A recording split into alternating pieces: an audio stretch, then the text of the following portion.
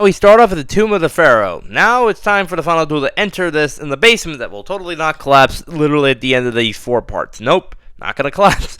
Not anything like that. Meanwhile, Taya's worried. We get it. Gotta explain everything again. We don't need Taya explaining everything 5 more times that we already heard from like everybody else or, already know. So it's kind of just pointless at the moment. Yeah, we're gonna go with that. Don't worry, we will not gloss back to this point at any time in the future or so. Now Yugi's got to put all 7 of the many items back into the stone tablet in order to start the final duel, so he and Atem can split apart and do the duel. And hey, they do. I like how it just looks like it's the exact same character that they copied and pasted twice and mirror flipped, so it looks like it's 2 people, but it really just looks like 2 regular sized Yugis. Meanwhile, Atem starts off the duel by special summoning the tricky by discarding 1 card of his hand and setting 1 card face down. Then Yugi's Swords Revealing lights him. I love how he said it was a temporary weak shield back in Season 2. Look who's using temporary weak shield now, buddy. Oh boy. And then Atem plays his bounce spell, which I guess takes the effect of Yugi's spell card and then it puts the effect on him instead of Atem. So, basically activating on yourself. Then, now he summons it summons out Obelisk the Tormentor by sacrificing after playing his tricky spell 4 to sacrifice 3 of the token. Now Obelisk is already on the field. Yugi's gonna use his Silent Magician / Swordsman strategy for a good amount of this duel, having 2 cards face down, ending his turn.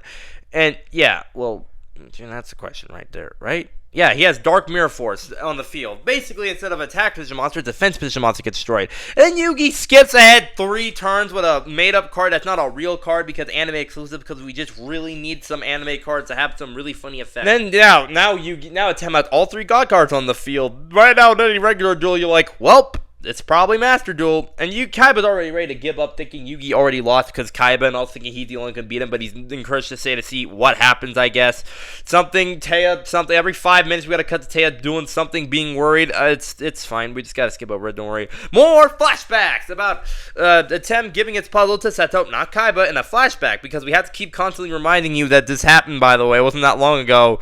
And now, yeah, I like how, most of that second episode of this duel has mostly just been talking and not, dueling, which is kind of a problem for Duel Monsters episodes, but oh well. Now with the power of sending all 3 his Magnet Warriors to the graveyard, Yugi's able to send out Valkyratron, the Magna Warrior. Now with Yugi's about to do some really cool crap. But first, a really heartwarming moment for this grandpa being proud of Yugi. And also apparently you guys knowing what the plot is. Can you stop spoiling for people who don't know or don't know? Meanwhile, with the power of a trap card and his Valkyratron on the field, Yugi's actually able to destroy Obelisk. And because of the sacrifice of Valkyratron back in the 3 Magnum Warriors, he's able to destroy all the God cards on the field. Good times there, Yugi. Good times. And yes, Atem summons out the most generic fusion monster's entire deck, Gazelle. We get it. Gets to attack twice. We get the idea. Meanwhile, Kaiba is still very impressed how Yugi managed to take out all 3 Egyptian cards and finally admits that he is the king of games. Only after, the beginning of Season 2. Oh, boy.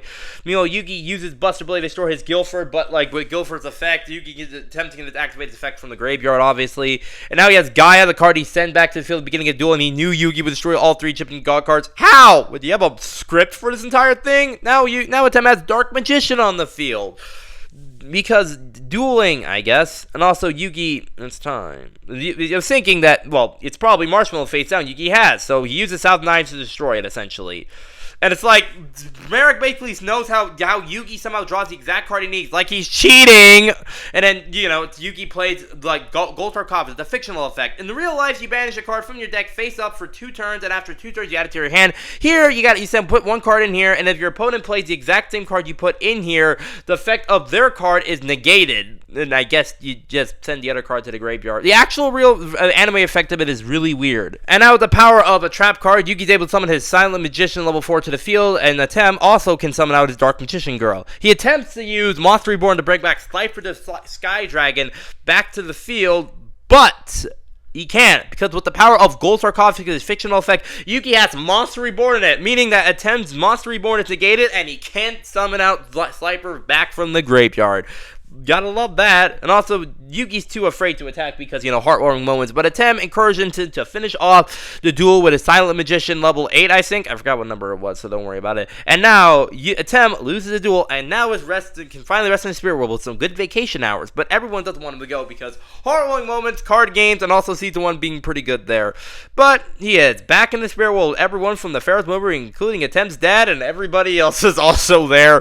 And now the temple's collapsing. Did someone forget to put a caution sign about temple may collapse? Please wear with caution, or something like that. Shoddy's also here for some reason. And now they're finally out of there. Everyone's safe and sound. Nothing special happens, except Yugi doing another heartwarming speech about the end of this episode, finally wrapping up the Yu-Gi-Oh! Duel Monsters anime.